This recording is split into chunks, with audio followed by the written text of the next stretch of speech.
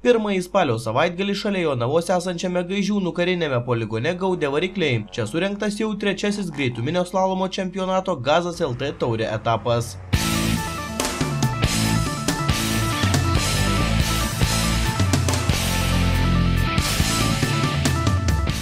Dabar jau turim trečią etapą.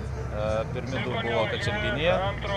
Aišku, komanda jauna, tai šiek tiek būna ir vėlavimų, ir būna ir stiprių vėlavimų. Vieną kartą baigiam ir naktį, bet visi mokomės. Ir šį kartą turim jau trečią etapą. Labai džiaugiuosi, kad ir dalyvių tikrai nemažėja ir pats renginys vis, atrodo, jau po truputį ir didėja. O labai ko laukiu, tai spalio vidury turėtų jau ir gimti ketvirtas etapas.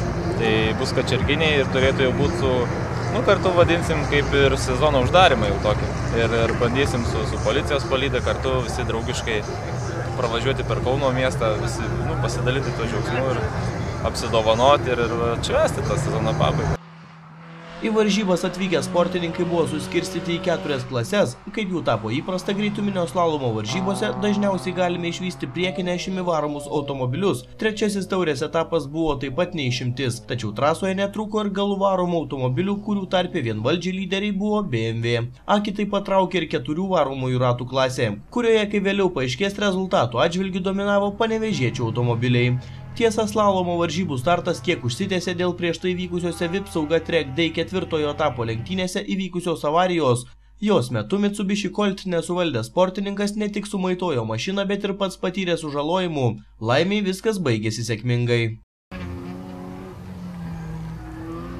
Grįžtame į Gazas LT taurės trečiąjį etapą, taigi metas paklausti ir pačių sportininkų, kokių rezultatų galima tikėtis įpusėjus varžybų dienai. Smagu šiaip važiuoju su Žiguliu. Trasa gan puikiai, tik pačiam gale yra tokių akmenukų, su padangom nelabai klausosi ir slysta mašina. Aš šiaip nežinau, tikslas ko laimėti, bet kaip pasiseks tai. Ar yra prieš ką pasivaržyti? Sunku, bet prieš šiuolaikinius automobilius dar galima pasivaržyti. O kiek iš šito Žigulio likę tikro Žigulio? Praktiškai viskas. Variklis irgi žigulinis, žigulinės detalės, tik kad darytas. Na, o dabar metas pažvelgti ir rezultatus. Gausiausioje priekinių varomųjų ratų klasėje visus ir dar kartą nustebino Renault Megane vairavęs Edvinas Kajokas.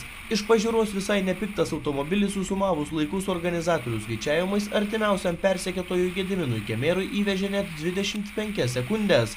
Nuo antrosios vietos laimėtojo 7 sekundėmis atsiliko Robertas Gruzinskas, irgi su Renault Megane. Atrodo, civikus šį kartą Renukai baudė. Net ir Renukų nubausti dauguma dalyvių nestokojo geros nuotaikos, o kai kurių vairuotojų šturmanai matyti kiek įsijutė į savo vaidmenį ir pradėjo vytis nebūtus varžovus.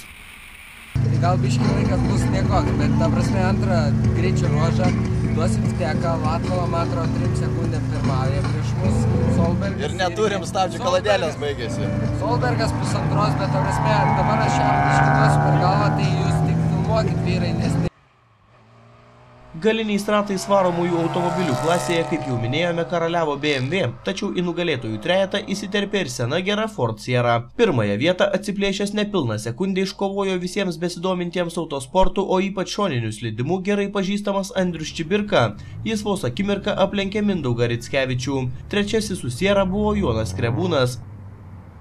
Trasa labai gera, ilga, beveik 2 minutės važiuojam, aš manau bus įdomu. Kokios galbūt vietos trasoje pavojingiausios, ar yra tokių vietų? Ten senoji dalis trasos, duobių yra. Ir stabdyti nežinai, kad dulkių visų pilna. Šiaip čia viskas kaip rypas. Dažnai važiuojam. AVD visų varomųjų ratų klasėje visa jėga šį kartą smogė Panevėžys. Subaru Impreza VRX automobilį vairavęs Gytis Vaitulionis be konkurencijos iškovojo pirmąją vietą. Antroji pozicija atiteko įspūdingų techninių duomenų Audi 90 automobilį vairavusiam Tadui Petroniui. Nissan Sunny pilotavusiam Mindaugui Čemerkai atiteko 3 vieta.